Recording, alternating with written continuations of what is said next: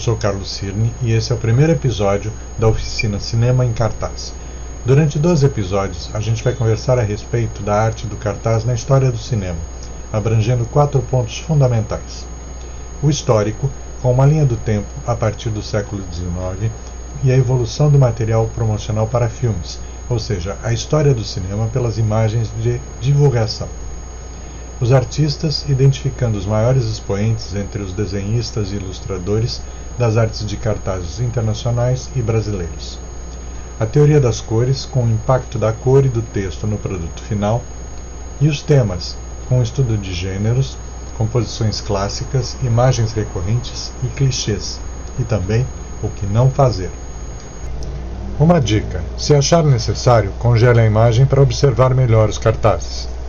O que normalmente é consenso é que o cartaz de cinema começa a nascer a partir dos anos 1870, quando, em Paris, o artista Jules Chéret, um dos muitos expoentes da Art Nouveau na Belle Époque, começa a desenvolver belíssimas litografias ricas em detalhes e cores, anunciando praticamente de tudo, de bicicletas a conhaque, passando por espetáculos circenses também.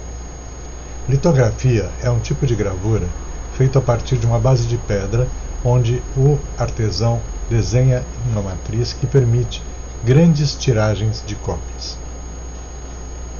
Esses anúncios em litografia, além de se tornarem itens colecionáveis instantâneos, passaram a ser usados também para anunciar um novo tipo de diversão disponível para o parisiense metropolitano, o cinema.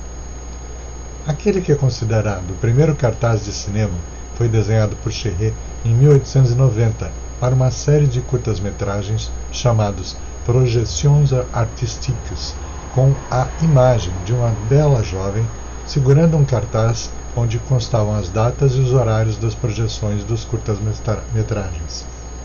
Mas aquele que é considerado o segundo primeiro cartaz para cinema foi criado pelo ilustrador Marcellin Azoulay em 1895 para o curta dos irmãos Lumière L'arroseur arrosé, algo como o regador regado.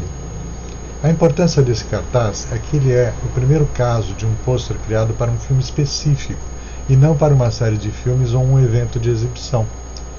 Também é um curioso caso de metalinguagem, pois o cartaz mostra uma série de espectadores sentados assistindo ao filme que o próprio cartaz anuncia e se divertindo muito.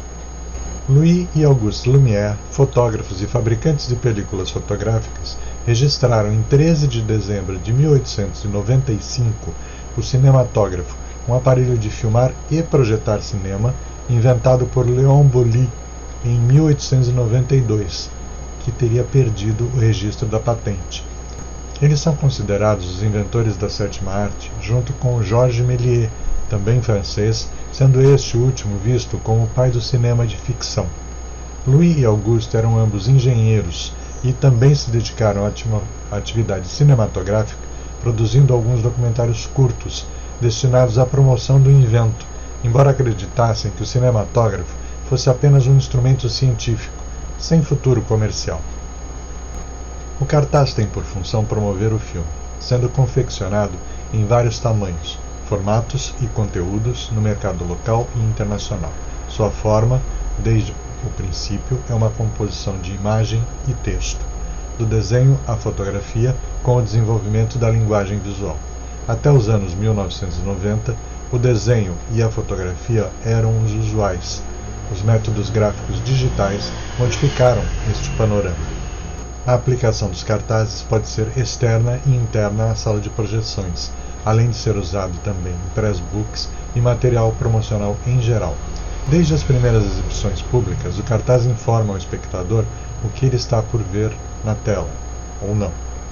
Até o final da década de 1910, a maioria dos cartazes se destinavam a promover sessões e não filmes específicos, ou eram produzidos quase artesanalmente, com pequenas tiragens e imagens que lembravam cartões postais coloridos à mão, destacando as cenas dos filmes, incluindo os grandes sucessos do período, como a primeira versão de Cinderela, de 1914, e 2 grandes épicos, ambos marcos na história do cinema, O Nascimento de uma Nação, de 1915, e Intolerância, de 1916.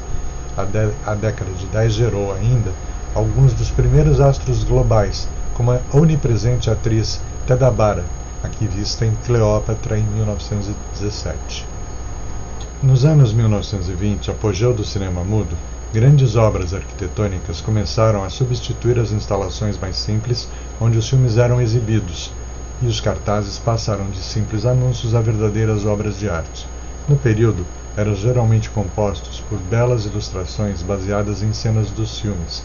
Outra coisa muito comum era a imagem do grande astro do espetáculo, cujo nome geralmente aparecia com destaque maior que o do próprio filme.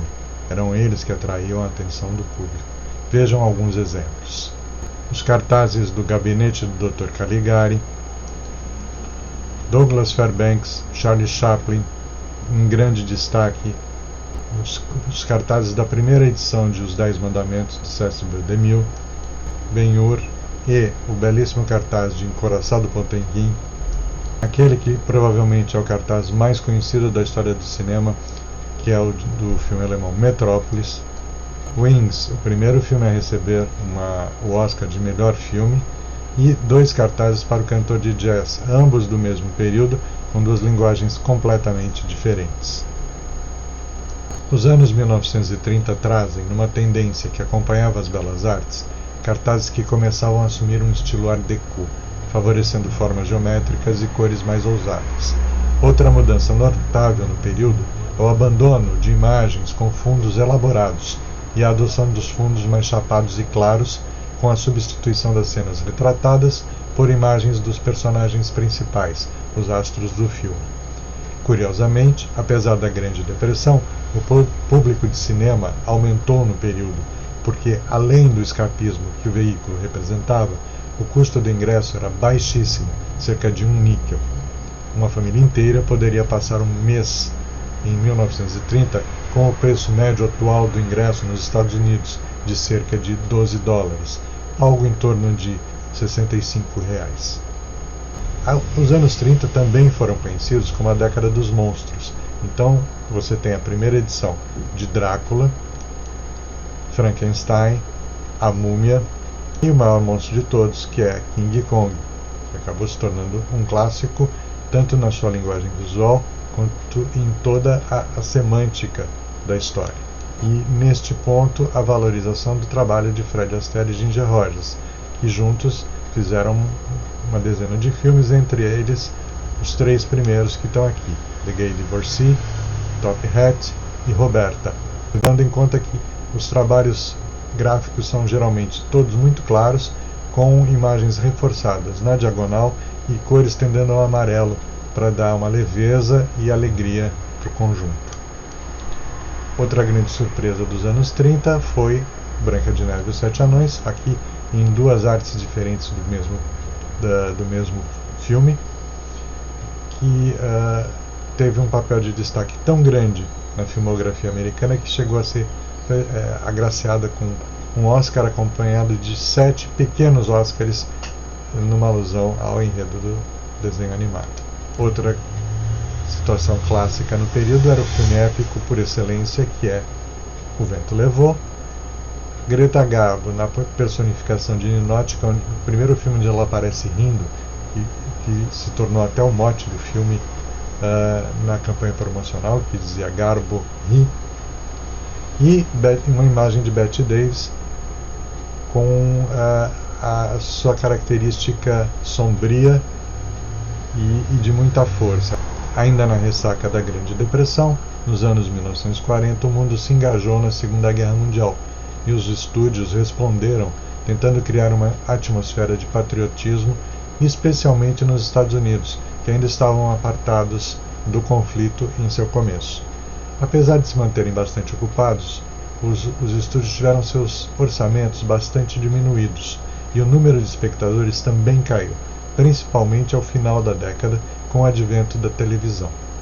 Nos cartazes, cada vez mais apresentações da figura humana com um uso menos elaborado da tipografia. Vamos ver alguns exemplos. Começamos por um dos grandes sucessos dos estúdios Disney, principalmente no período, que foi fantasia, uma ousada aposta.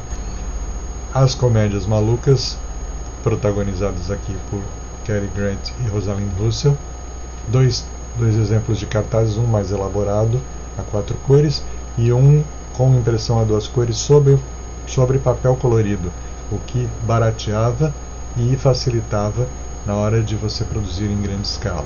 Está aqui para esse cartaz em amarelo, que tem a figura da atriz principal, que é Veronica Leigh, e seu cabelo, que tinha um penteado muito característico que ela usou durante toda a carreira e que ficou sendo a base desse cartaz muito conhecido. Aqui o filme noir por excelência, Falcão Maltês, na época chamado de Relíquia Macabra no Brasil. 3 cartazes que foram utilizados no período.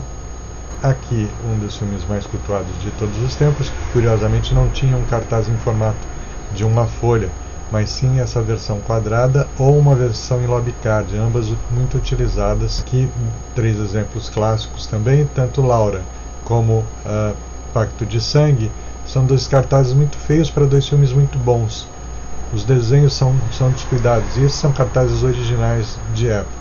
Já o cartaz do meio, ele é clássico na medida em que na medida da erotização da imagem da atriz Jane Russell recostada. Mais 3 musicais, sendo que o do meio, Los Tres Caballeros, que Você Já Foi à Bahia, aqui no Brasil, é um exemplo claro do esforço de guerra, na medida em que os estúdios Disney tentam engajar os países latino-americanos. Você tem aqui o Zé Carioca e a Aurora Miranda para atrair os brasileiros, tem o Panchito, que era um galinho mexicano, tudo isso para tentar atrair simpatia dos países da América Latina para a causa americana no período da guerra. Aqui o que é divertido é que a gente acabou escolhendo esse cartaz do Urubu, que é um filme completamente descartável, mas tem a curiosidade para a gente de se passar nas selvas do Mato Grosso. Então é uma composição tosquíssima, que lembra muito uma história em quadrinho B, né? Mas que a gente achou que era interessante mostrar. E um épico do período, que já é uma introdução do que vai acontecer nos anos 50, quando há um grande aumento do uso de imagens épicas, que é tratando de, no caso, Sansão e Dalila. E o último musical da dupla Fred Astaire e Ginger Rogers aqui no meio. No próximo episódio falaremos a respeito dos anos 1950 até 1990. Espero você. Até lá! A oficina Cinema em Cartaz foi viabilizada com recursos do prêmio Alcides Mesquita, o Mesquitinha, da Secretaria de Cultura de Santos, a partir da Lei Aldir Blanc. Muito obrigado.